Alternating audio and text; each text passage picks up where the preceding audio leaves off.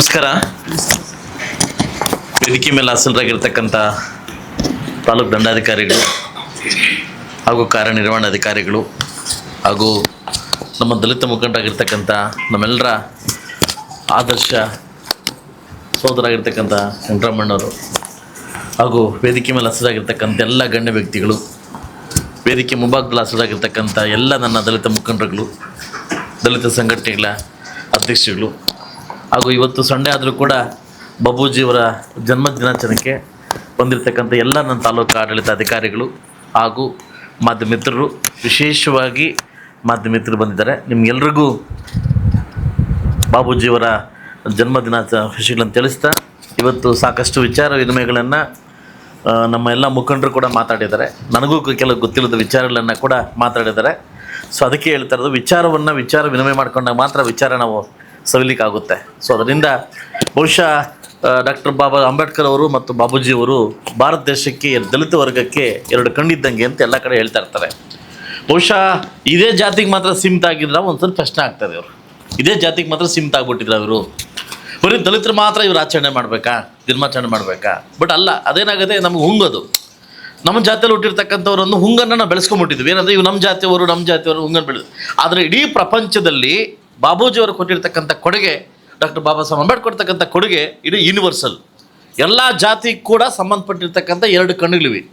But ಆದರೆ ಏನಾಗಿದೆ ಅಂದರೆ ಕ್ರಮೇಣವಾಗಿ ರಾಜಕೀಯ ಉದ್ದೇಶದಿಂದ, ರಾಜಕೀಯ ತೇವಲಿಗೋಸ್ಕರ ಏನು ಮಾಡಿದ್ವಿ, ಇವು ನಮ್ಮೋರು ಅಂತ ಪಟ್ಟ ಕಟ್ಕೊಂಡ್ಬಿಟ್ಟಿದ್ವಿ. ಈ ಪಟ್ಟನ ಇವತ್ತು ಬಿಟ್ಟು ಇಡೀ ಪ್ರಚಾರಕ್ಕೆ ನಾವು ಹೋಗ್ತೀವಿ, ಯೂನಿವರ್ಸಿಟಿಗೆ ಹೋಗ್ತೀವಿ, ಅವು ನಮಗೂ ಮರ್ಯಾದೆ ಸಿಗುತ್ತೆ, ಅವ್ರಿಗೂ ಒಂದು ಉತ್ತೇಜನ ಸಿಗುತ್ತೆ. ಸೊ ಅದರಿಂದ ಬಹುಶಃ ನಾನು ಓದಿರ್ತಕ್ಕಂಥ ಎರಡು ಬುಕ್ಗಳಲ್ಲಿ ನಾವೇನು ಬರೀ ಓದಿರೋದಷ್ಟೇ, ಕೇಳಿದಷ್ಟೇ, ನೋಡಿಲ್ಲ. ಯಾಕಂದರೆ ಆ ವಯಸ್ಸನ್ನು ನಾವು ಹುಟ್ಟಿಲ್ಲ ಇನ್ನೂ. ಆ ಸಂದರ್ಭಕ್ಕೆ ಬಂದಾಗ ಡಾಕ್ಟರ್ ಬಾಬಾ ಸಾಹೇಬ್ ಅಂಬೇಡ್ಕರ್ ಅವರು ಮತ್ತು ಬಾಬೂಜಿಯವರು ಇಬ್ಬರು ಹೋಲಿಕೆ ಮಾಡಿದಾಗ ರಾಜಕೀಯ ಇಚ್ಛಾಶಕ್ತಿಯಿಂದ ಯಾವತ್ತೋ ಎಲ್ಲೋ ಒಂದು ಕಡೆ ಕಾಂಗ್ರೆಸ್ನವರು ಬಾಬೂಜಿಯವ್ರಿಗೆ ಹೆಚ್ಚು ಒತ್ತು ಕೊಟ್ಟು ನಮ್ಮ ಅಂಬೇಡ್ಕರ್ ಅವರಿಗೆ ಎಪ್ಪಸ್ಸಿಗೆ ತುಳಿದ್ರು ಒಂದು ಬುಕ್ಕನ್ನು ಓದಿದ್ದೀನಿ.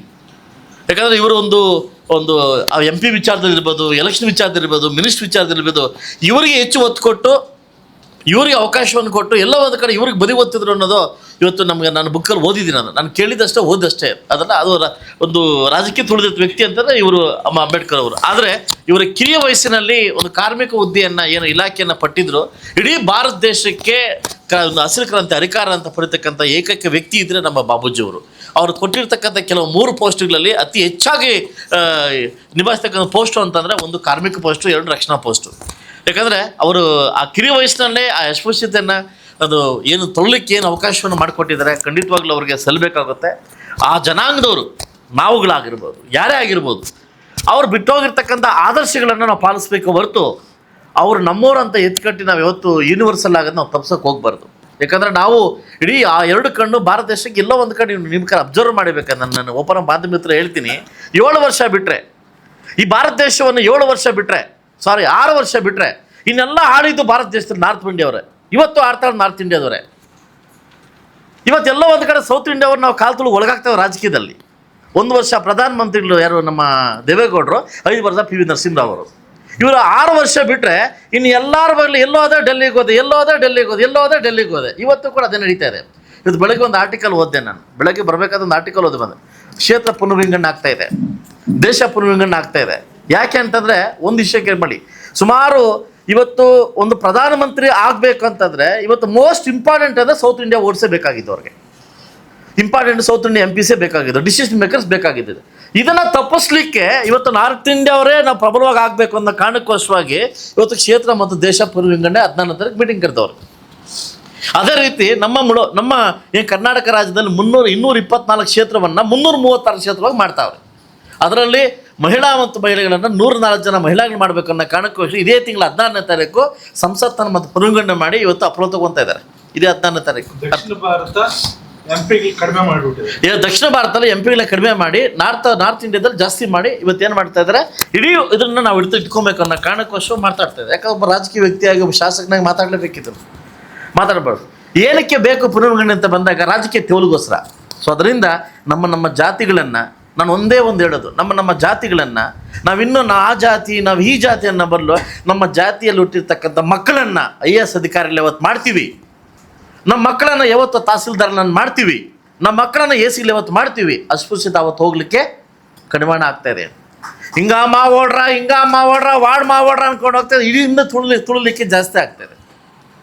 ಯಾಕಂದ್ರೆ ಇದು ನಾನು ಮುಕ್ತವಾಗಿ ಮಾತಾಡ್ತಕ್ಕಂಥ ಮಾತು. ಈಗ ತಾನು ಯಾರೋ ಹೇಳ್ತಾ ಇದ್ರು ನಮಗೆ ಭವನ ಇಲ್ಲ ಅಂತ ಹೇಳ್ತಾ ಇದ್ರು.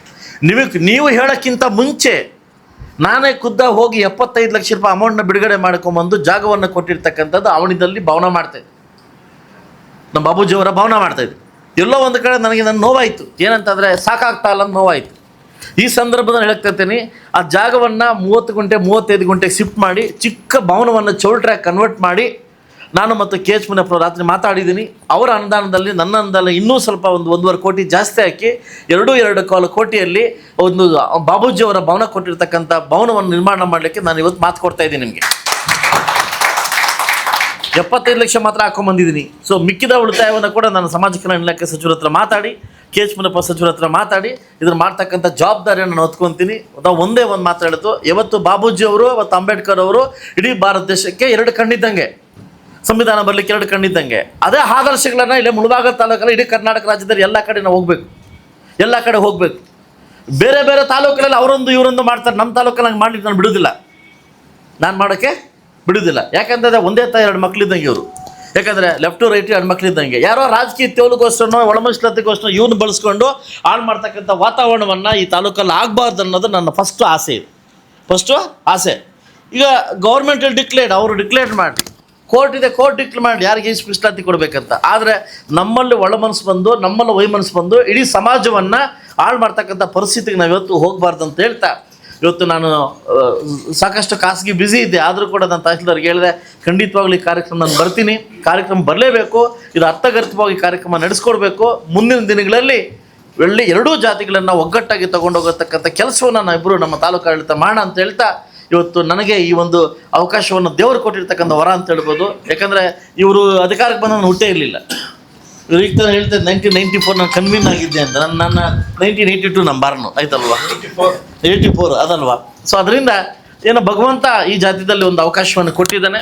ಅದನ್ನು ಸದುಪಯೋಗಪಡಿಸಿ ನಾನು ಬಂದಿರತಕ್ಕಂಥ ಅವಕಾಶವನ್ನು ಸಮರ್ಪಕವಾಗಿ ಸಮೃದ್ಧಿಯಾಗಿ ಅವಕಾಶವನ್ನು ನಾನು ಮಾಡಿ ಎಲ್ಲ ಜಾತಿಗಳಿಗೂ ಕೂಡ, ನಮ್ಮ ಮುಳಬಾಗಿಲು ತಾಲೂಕಿನ ಎಲ್ಲ ಉಪಜಾತಿಗಳಿಗೂ ದೊಡ್ಡ ಜಾತಿಗೂ ಕೂಡ ಸಮಾನವಾಗಿ ಒಂದು ಮರ್ಯಾದೆಯನ್ನು ಕೊಟ್ಟು ಅವ್ರಿಗೇನು ಗೌರವ ಸಲ್ಲಿಸಬೇಕು ಕಾರ್ಯಕ್ರಮವನ್ನು ನಾನು ಮಾಡ್ತಾಯಿದ್ದೀನಿ ಅಂತ ಹೇಳ್ತಾ, ಅವಕಾಶ ಕೊಟ್ಟಿದ್ದಕ್ಕೆ ನನ್ನ ತಾಲೂಕು ಆಡಳಿತ ಕೂಡ ಸಂಡೇ ಆದರೂ ಕೂಡ ಸ್ವಚ್ಛವಾಗಿ ಸಮೃದ್ಧಿಯಾಗಿ ಬಂದು ಒಂದು ಪೂಜೆ ಮಾಡಿಕೊಟ್ಟು ನೆರವೇರಿಸ್ಕೊಟ್ಟಿದ್ವಿ.